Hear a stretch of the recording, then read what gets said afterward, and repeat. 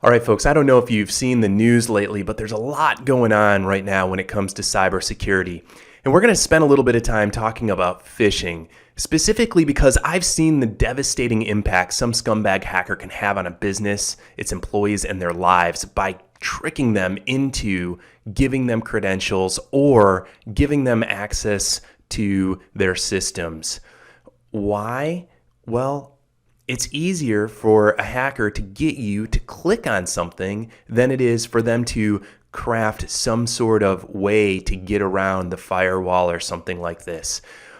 Why do they phish? Well, there's a number of reasons. The first one, like I said, is the easiest way in. The second one is you can make some money on it because you can get some information about somebody that you can use to then become them, steal their identity, and then possibly use that to make some money either by doing fraud or something along these lines. There are a couple of different types of phishing, so we're going to spend a little bit of time going through those. The first one is called spear phishing. This is when we take somebody that has authority, like maybe Santa Claus, and you send over an email and you ask somebody to do something. Santa wants you to send over your credit card information. Are you going to comply? Well, if you trust Santa enough, you're going to. And if you believe that he's actually sending you this message, that's how this type of phishing is successful. The next type is called whaling. And what you do in whaling is you take a message and you craft it in such a way that somebody that has a lot of maybe personal wealth or a lot of power or access to things that you want, we'll call them the whale, clicks your message. Now, why are these called whaling? Well, because you don't spend a lot of time sending a whole bunch of messages. Instead, you spend a bunch of time just crafting one or two or maybe three messages a week that are going to your victim because that victim has high net worth. They have a lot of value to you, so you can turn that into a big opportunity.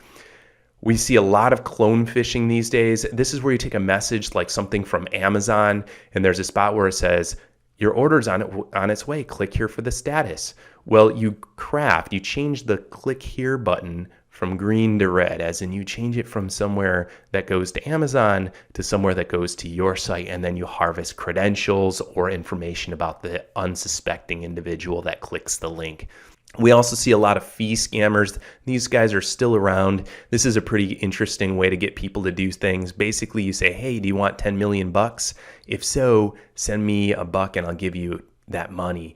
Another fee scam that we see a lot of is these gift card scams. So, hey, I'm doing some sort of bonus for the entire team. Can you go to the store and get some gift cards for me?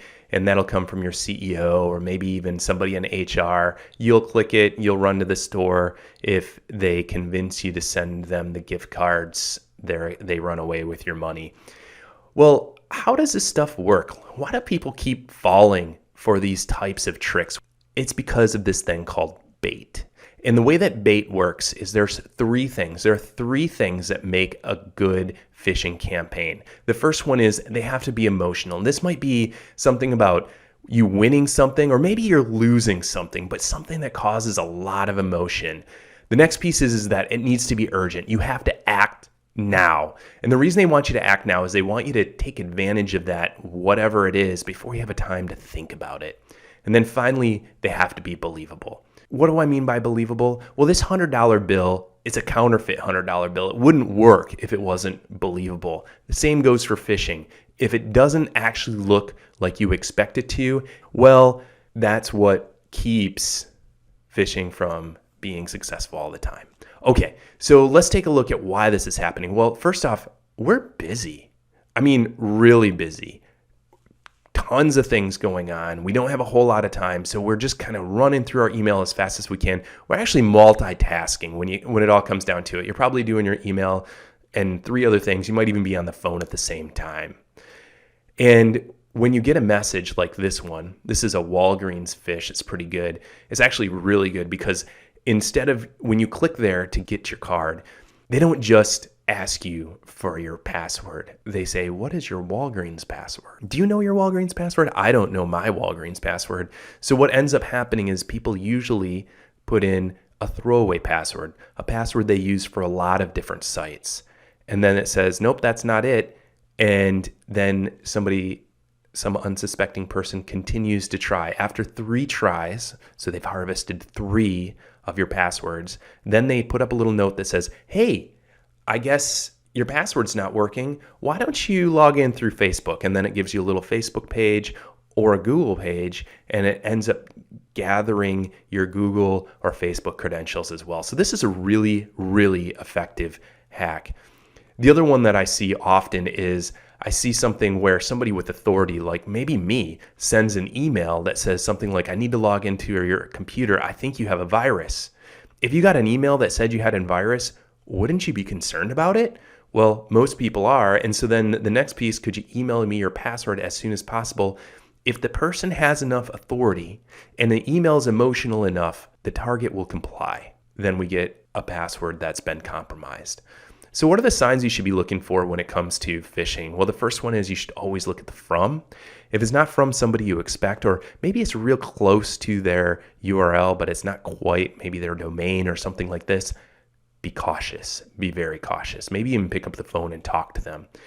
Also check the to. Are there a bunch of people that are being sent to you that you don't recognize? Maybe these people don't all get messages together all the time. Well, that would be the to.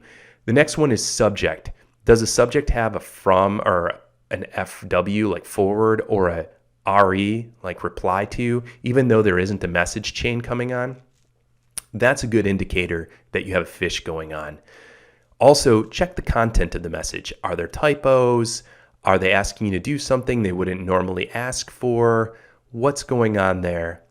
Check the date. Is the message being sent at 3 a.m. or on a Sunday, and you know the person that sent it doesn't usually work on those days? And also look for attachments. There are specific types of attachments to be especially careful of. That would be Word files, Excel files, PowerPoint files, zip files, and PDFs. All of those things can include a remotely detonatable ransomware or a tool that allows the attacker to get access to your computer and the data on it. So what's the worst that could happen? Well, like I said earlier, you could get a virus on your machine, but the very worst thing that we're seeing is ransomware. So you end up getting your computer infected with some sort of ransomware that goes through and locks all of your files so nobody can get access to them.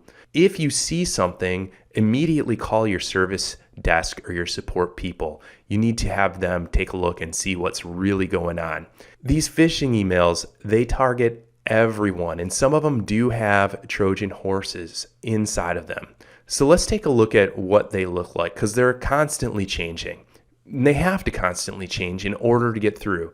So the first one here, this is somebody with a lot of authority asking for a vendor to be paid immediately because we've had this issue where we didn't process their payment right. Another example, this is that clone phishing we talked about earlier. You've got a refund due, but because of some issue, it didn't go through right.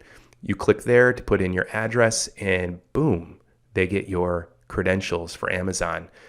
Another example here, this is an alert for unusual activity. This is coming from Microsoft team as an Office 365 team. This is really a counterfeit email. If you click the little review recent activity, you'll end up giving the credentials for your Office 365 account to an attacker.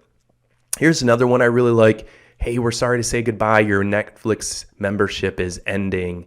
And if you click restart the membership, it looks just like you went to Netflix. You enter your credit card information and guess who now has your payment details. This is an oldie but goodie.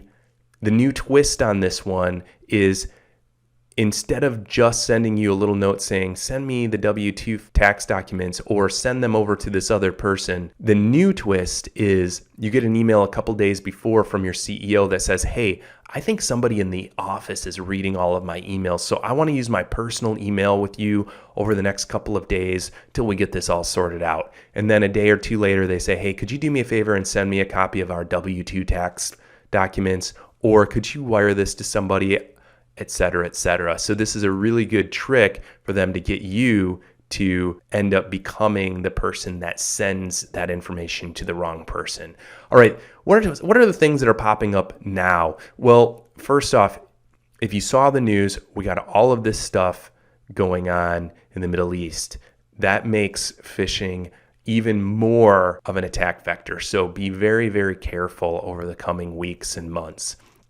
The other thing that we're seeing a lot of these vacation rentals where you've won tickets to a free vacation and you get there and there's really no house there, but you've had to pay for some sort of account or you've had to enter information in order to get access to it. We're also seeing a lot of account takeovers, and this is where somebody infiltrates your email account and then they use that to either send out spam to somebody else, and especially with Microsoft 365 or Google, when your account gets infiltrated, it's really hard to block that because a lot of people use those same accounts for legitimate email.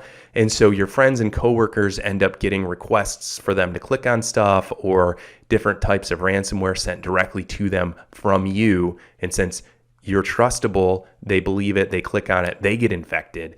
The other thing that we're seeing with these account takeovers is the perpetrator actually creates a little filter in your email. So when a message comes in that says something like invoice or it says something like wire transfer or wire, they take the message before it gets to your inbox.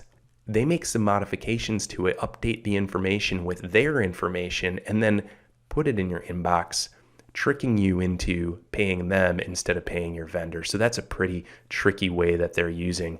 We're also seeing a lot of SMS and social attacks. So just be real careful. Your bank will never text you asking you to click a link, nor will your credit cards, and the IRS will not do it either. So just be very, very cautious when it comes to text messages. So how do you avoid this stuff? Well, you're the person that can do this, because firewalls and anti-spam filters and all these things, they're not as good at doing it as you are, especially when we start looking at spear phishing and whaling campaigns.